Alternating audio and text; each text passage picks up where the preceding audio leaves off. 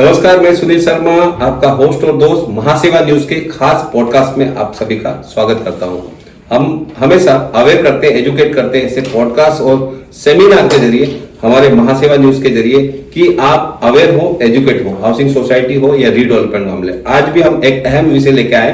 Housing society में जो maintenance लागू किया जाता है, जो मेंटेनेंस लिया जाता है हाउसिंग सोसाइटी में सभी मेंबरों से, वो किस तरह से उसका मापदंड होगा, वो कैसे लगाया जाता है, क्यों लगाया जाता है, इस सब विषय पर हमारे साथ में एक्सपर्ट मौजूद हैं। Advocate CA Shilpa Singare madam, please welcome. Thanks for inviting me here. और आपने जो सवाल किया है मेंटेनेंस पे, सुनील जी, काफी इंटरेस्टिंग है और मुझे लगता है कि हर मेंबर जो हाउसिंग सोसाइटी से जुड़ा है, ये मेंटेनेंस के इसी चक्कर में कि मेरा मेंटेनेंस मैं क्यों दे रहा हूँ, ये फर्स्ट क्वेश्चन है। और ये बढ़ क्यों रहा है, जो आपने सेकंड क्वेश्चन शायद आपका आ सकता है कि ये क्यों बढ़ रहा है, ये कम क्यों नहीं हो रहा है। तो हर कोई जैसे हमारे पास भी आते हैं, तो सबसे पहली एक चीज है कि हम लोग हाउसिंग सोसाइटी में रहते हैं।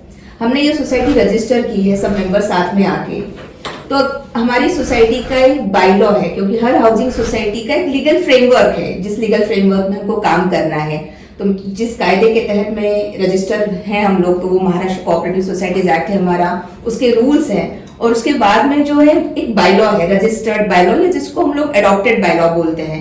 तो इसकी एक कॉपी, जैसे मैं आपको मालूम है कि एक कॉपी हमको रजिस्ट्रार को भी देनी होती है रजिस्ट्रेशन के वक्त। तो ये जो बायलॉ है, ये इंटरनल रूल्स एंड रेगुलेशंस है। और इसी बायलॉ में अगर आप ऑब्जेक्ट देखो, हाउसिंग सोसाइटी फॉर्म करने का या रजिस्टर करने का जो मेरा पर्पस है, ऑब्जेक्ट है, तो ऑब्जेक्ट में आप देखोगे तो इसका ऑब्जेक्ट है कि अपने को जो लैंड एंड बिल्डिंग है, दैट मींस हाउसिंग सोसाइटी जो मेरी फॉर्म हुई है, वो एक स्ट्रक्चर है, एक जमीन है जिसके ऊपर एक स्ट्रक्चर खड़ा हुआ है। तो उसका मेंटेनेंस करना, उसको ठीक से रखना, देखभाली करना, ये काम जो है ये मैनेजिंग कमेटी को करना है। इसीलिए हम लोग इलेक्शन करके मैनेजिंग कमेटी को भी चुन के लेके आते हैं। तो मैनेजिंग कमेटी का सबसे पहला रिस्पॉन्सिबिलिटी या ऑब्लिगेशन ये है कि उनको मेंटेनेंस कलेक्ट करना है। क्योंकि अगर मुझे मेंटेन करना है, मुझे ऑब्जेक्ट क्लॉज के हिसाब से अगर मेरी सोसाइटी चलानी है, मेंटेनेंस करना है, तो उसके लिए खर्चे तो होंगे।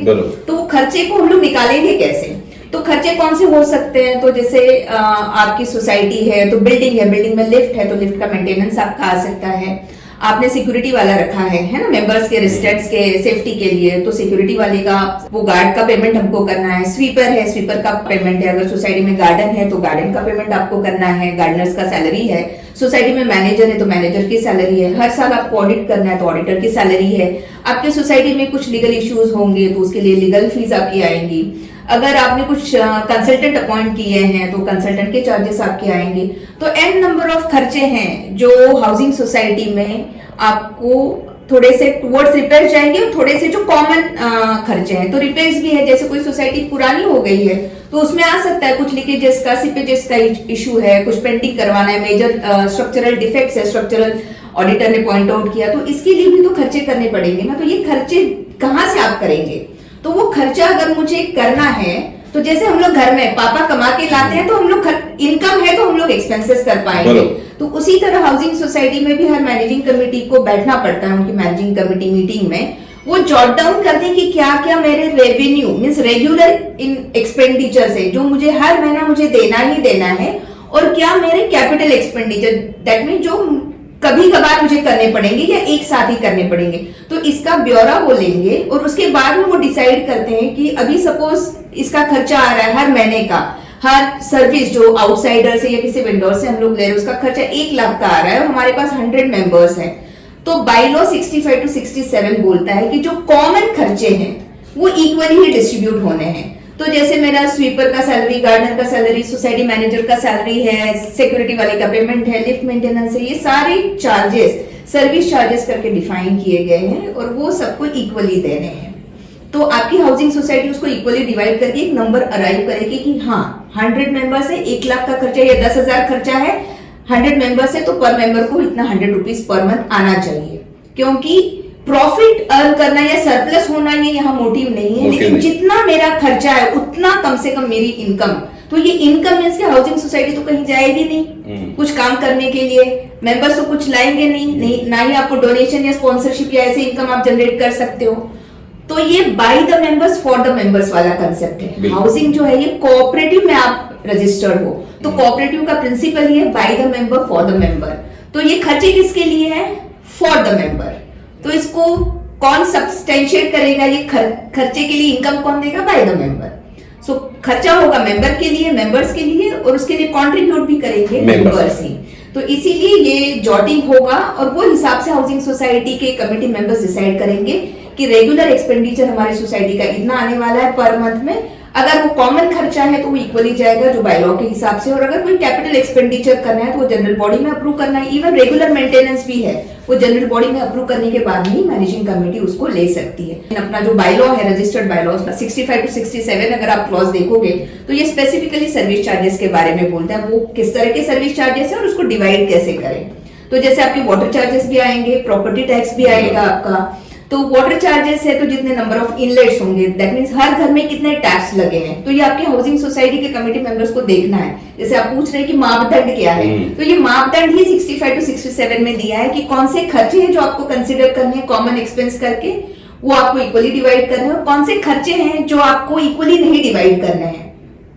वो आपको एक तो एरिया बेसिस पे जाना है, स्क्वायर फीट बेसिस पे जाना है, या अगर वाटर चार्जेस जैसा हेड है तो उसको आपको नंबर ऑफ इनलेट्स पे, दैट मींस कितने टैप्स है। तो सपोज आपकी हाउसिंग सोसाइटी है जिसमें 4 विंग है, ए बी सी डी, और सारी 1 BHK, तो जो एक फ्लैट में टैप्स लगे हैं, सपोज 5 टैप लगे तो दूसरे फ्लैट में भी 5 ही लगना है, तो वो केस में वाटर चार्जेस आपका इक्वली जाएगा। अच्छा। लेकिन आपके सपोज 4 विंग है जिसमें 2 1 BHK और 2 2 BHK, तो नेचुरली 2 BHK में आपके ज्यादा टैप्स लगे हैं, तो वो जो वाटर चार्जेस का खर्चा होगा वो 2 BHK वाला ज्यादा देगा कंपैरेटिवली कंपेयर टू 1 BHK। तो ये इसका फंडा है। और property tax it goes always on area basis, जैसे बीएमसी या कॉर्पोरेशन है ये हमसे स्क्वायर फीट बेसिस पे ही लेती है, तो वहां वो इक्वली नहीं जाएगा, जितना आपका एरिया है उसी हिसाब से आपको देना बरोबर। तो एरिया वाइज भी एक अलग कैलकुलेट पोर्शन होता है, आपका ज्यादा एरिया है तो आपको अलग देना पड़ेगा। इवन पेंटिंग, जैसे सपोज मेजर पेंटिंग हम लोग कर रहे हैं, तो पेंटिंग जो एक्सटर्नल मेरा पेंटिंग होगा वॉल टू वॉल, तो वो भी हम लोग स्क्वायर फीट बेसिस पे ही लेंगे। बिल्कुल शिल्पा जी, आपने एक बेहतरीन तरीके से इसको एक्सप्लेन किया कि किस तरह से मापदंड होता है और किस तरह से आगे बायला से रिलेटेड कैसे कनेक्ट करते हैं।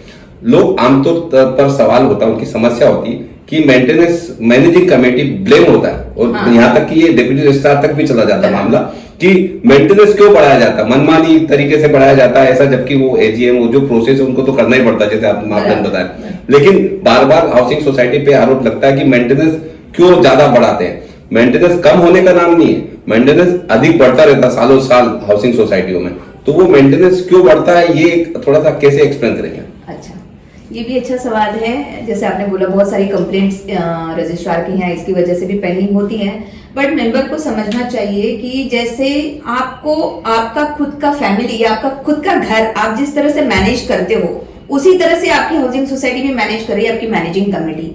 अभी आज अगर आप आपके बेटे को 1000 रुपया पॉकेट मनी देते हो, उसी बेटे को या बेटी को आपको नेक्स्ट ईयर पॉकेट मनी देना है, तो वो क्या बोलता है कि आई लास्ट ईयर तूने मुझे 1000 दिया था, अभी सब बढ़ गया है, मेरा कैंटीन में मेरा वड़ा पाव का रेट भी बढ़ गया है ना, मेरा चाय या कॉफी का रेट भी बढ़ गया, तो मुझे 1000 नहीं, कम से कम तू मुझे 1200 रुपया दे।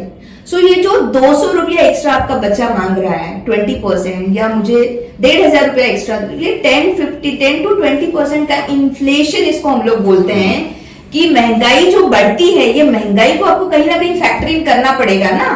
तो जैसे आप आपके बेटे को या आपके खर्चे में आप देखते हो कि जो मैंने टमाटर 6 महीना पहले लिए उसका रेट और आज का रेट डिफरेंस हो सकता है, ये जो ऊपर नीचे होता है बाजार में चढ़ाव उतार, उसी तरह हाउसिंग सोसाइटी जो एक्सपेंसेस करती है तो उसके लिए कुछ वेंडर्स को हम लोगों ने अपॉइंट किया होता है, कुछ कॉन्ट्रैक्टर्स है जिनको हम लोगों ने बोर्ड पे लिया होता है, जिनके साथ कॉन्ट्रैक्ट होता है, उनके कॉन्ट्रैक्चुअल पेमेंट करते हैं।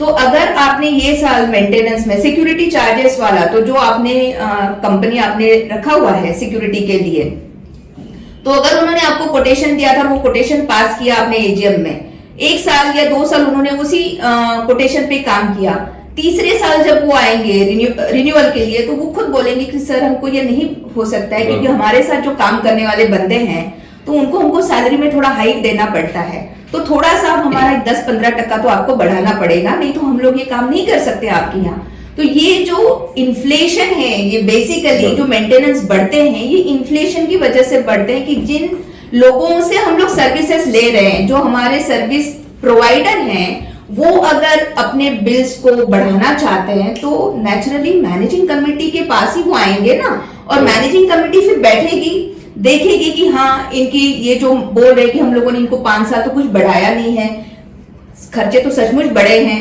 अगर हमको सेम कंपनी को कंटिन्यू करना है, अगर उनकी सर्विसेज अच्छी हैं और उनको हमको कंटिन्यू करना है, तो उनको उनका भी थोड़ा सा सुनना होता है। तो मैनेजिंग कमेटी उसको देखती है, अपने एमसी मीटिंग में उसको रिजॉल्व करती है और वही एजेंडा लेके फिर उनको जनरल बॉडी में आना है। तो कोई भी मैनेजिंग कमेटी मनमानी नहीं कर सकता है, they are not the people. वो खुद आपको ऐसे वर्डिक्ट नहीं दे सकती कि हम लोगों ने 500 रुपया बढ़ा दिया, ऐसे नहीं है। कुछ भी कलेक्ट करना है फिर भी जनरल बॉडी का अप्रूवल चाहिए, कुछ बढ़ाना है फिर भी जनरल बॉडी का ही अप्रूवल चाहिए। और जनरल बॉडी में आप आ सकते हो, आपका स्वागत है। आपके पास कोई प्रपोजल हो, कोई इससे बेहतर वेंडर है, आप ऑडिटर्स मान लो, आपके पास सिक्योरिटी या हाउसकीपिंग से रिलेटेड कुछ हो, सर्विस प्रोवाइडर, तो वो उससे अच्छा ऑप्शन है आपके पास, तो वो आप एक्चुअली इट्स पार्टिसिपेटिव मैनेजमेंट बोलते हैं। जैसे मैं आई तब से मैं आपको कोऑपरेटिव प्रिंसिपल्स बोल रही हूँ, तो प्रिंसिपल ऑफ पार्टिसिपेशन भी है कोऑपरेशन में। दैट मींस आपको एजीएम में इतना अच्छा राइट दिया गया है कि आप साल में एक बार आपकी मैनेजिंग कमेटी को you can take them for task, आप उनसे सवाल पूछ सकते हैं। लेकिन हम लोग देखते हैं कि लोग आते ही नहीं है एजीएम के लिए, उनको लगता है कि क्या ही जाना है, मैं क्या ही करूंगा। और फिर कुछ रेजोल्यूशन पास हो गया है, जो नंबर है, जो कोरम का नंबर है वो हो गया, मीटिंग हो गई, फिर बोल दे कि मैं तो नहीं था तो मैं ये पे नहीं करूंगा। तो भैया ऐसे नहीं होता है। सेक्शन 72 में जनरल बॉडी सुप्रीम अथॉरिटी, एक बार डिसीजन पास हो गया, भले आप हो ना हो, वो आप पे बाइंडिंग हो जाता है। सब पर लागू होता है कि जब एजीएम में सुप्रीम है, एजीएम एनुअल जनरल बॉडी, और उस पे वो जो नियम तय किए गए वो सभी पे पारित होगा। शिल्पा जी, देखा गया यदि हाउसिंग सोसाइटी में मेंटेनेंस नहीं दिया तो इसका क्या फायदा और क्या नुकसान हो सकता है, मैनेजिंग कमेटी और सोसाइटी को क्या प्रोसेस करना पड़ता है? क्योंकि कहीं पे भी यदि मेंटेनेंस नहीं दिया तो मैनेजिंग कमेटी भी अपना 1 साल 6 महीने या 1 साल के बाद कुछ स्टेप उठाएगी, कुछ प्रोसेस करेगी। मेंबर्स की उसकी परेशानी क्या है, वो दोनों कैसे एमिकेबल और कोऑपरेटिव सेक्टर से निकाल सकते हैं रास्ता? ये भी बहुत अच्छा सवाल है और ये एक्चुअली एजुकेशन और अवेयरनेस रिलेटेड ये सवाल है, क्योंकि इससे रिलेटेड ही काफी कंप्लेंट्स आप अगर देखोगे तो रजिस्ट्रार लेवल पे भी पेंडिंग है। और ये अवेयरनेस नहीं है बेसिकली मेंबर्स में और मैनेजिंग कमेटी मेंबर्स में। तो मुझे मेंटेनेंस देना जरूरी है क्या, ये आपका सवाल है। क्यों मैं मेंटेनेंस दूं? हमारे पहले सवाल में हम लोगों ने बताया कि आप वहां रहते हो, आप रेसिडेंट हो, आपको वहां की जितनी भी सर्विसेज है, कॉमन एरिया है, एमिनिटीज है, सब फैसिलिटीज आपको उसका लाभ उठाना है। तो उसके रिलेटेड खर्चे तो आपको उठाने ही पड़ेंगे। तो भले ही आप बोलो कि मैं फर्स्ट फ्लोर ग्राउंड फ्लोर पे हूँ तो मैं लिफ्ट तो यूज नहीं करता हूँ, तो मैं नहीं देने वाला हूँ लिफ्ट मेंटेनेंस, भैया वो नहीं चलेगा, क्योंकि आप बायलॉ से भी बाइंडिंग हो।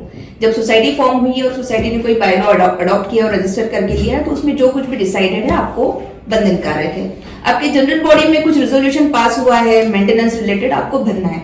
अभी सवाल ये आता है कि सपोज आपको ऐसे लगता है कि कोई चार्ज कमेटी जो लगा रही है वो गलत है, तो उसके लिए आप रजिस्ट्रार के पास जा सकते हो। लेकिन उसके लिए भी आपके पास बहुत अच्छा होमवर्क होना चाहिए, थोड़ा सा रिसर्च आपने किया होना चाहिए, कोई सर्कुलर ऑर्डर आपके हाथ में होना चाहिए, वो बेस लेके आप जाइए। फिजूल के आप कंप्लेंट लेके रजिस्ट्रार का वक्त भी मत जाया कीजिए। आपके प्रोग्राम के थ्रू में ये भी संदेशा देना चाहूंगी कि वो जो मशीनरी है उनका यूज और उनका टाइम जो है ना वो क्वालिटेटिव पर्पस के लिए होना चाहिए, कंप्लायंसेस हुए कि नहीं वो रेगुलेट करने के लिए होना चाहिए। But most of the time वो कंप्लेंट्स हैंडल करने में ही जाता है। बिल्कुल। तो मेंटेनेंस देना बहुत जरूरी है और कोऑपरेटिव डिपार्टमेंट के स्पेसिफिक सर्कुलर्स हैं कि कोई भी मेंबर अपना मेंटेनेंस रुका नहीं सकता है, रुकाना नहीं चाहिए।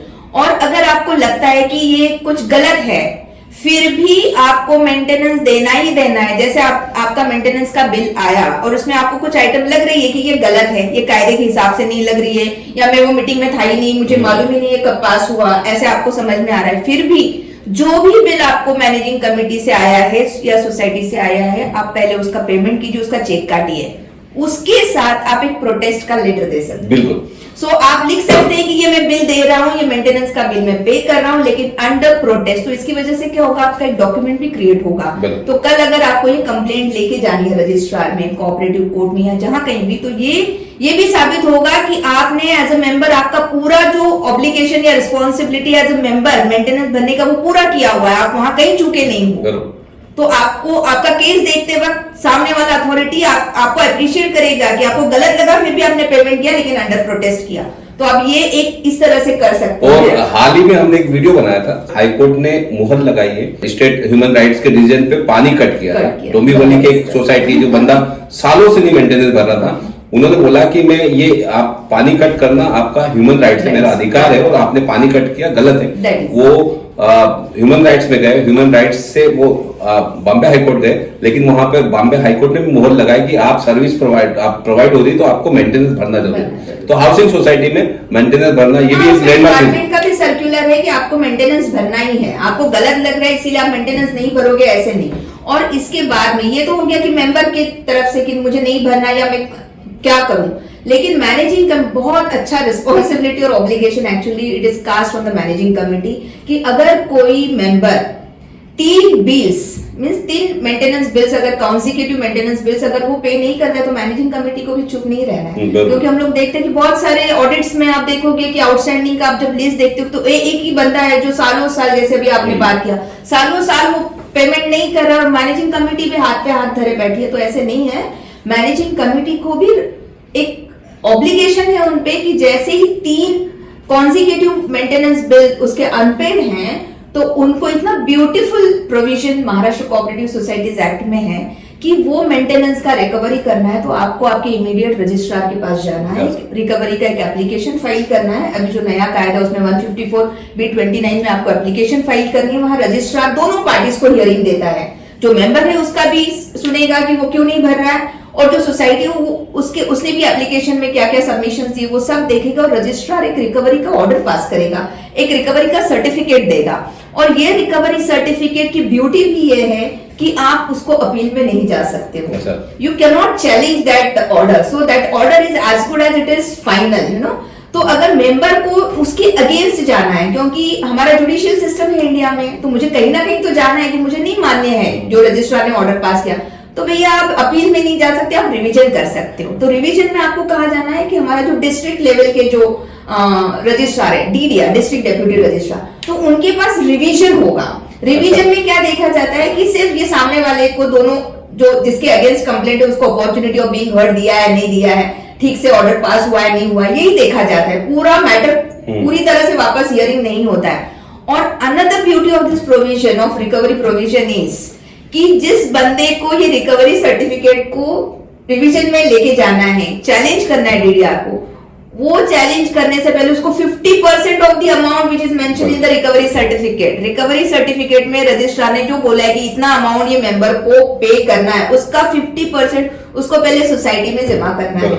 सो इसमें ही आपका 50% रिकवरी हो जाता है। तो अगर हाउसिंग सोसाइटी के मैनेजिंग कमेटी मेंबर ये प्रोविजन को इन्वोक ना करे और इसका यूज ना करे तो आप फिर मेंबर को दोष नहीं दे सकते। और दूसरा इसका एस्पेक्ट क्या है, इफ यू सी अदरवाइज, कि सपोज एक ही मेंबर आपका पेमेंट नहीं कर रहा है सालों साल, तो इसमें क्या होता है, जो बाकी के मेंबर है जो डिलीजेंटली पे कर रहे हैं, आपको रेगुलरली पे कर रहे हैं, उनको ऐसे लगता है कि अरे ये मेंबर है, ये 2, 4, 5 साल से पेमेंट नहीं कर रहा है, तो कमिटी ने कुछ भी नहीं किया है, तो फिर मैं भी क्यों करूं।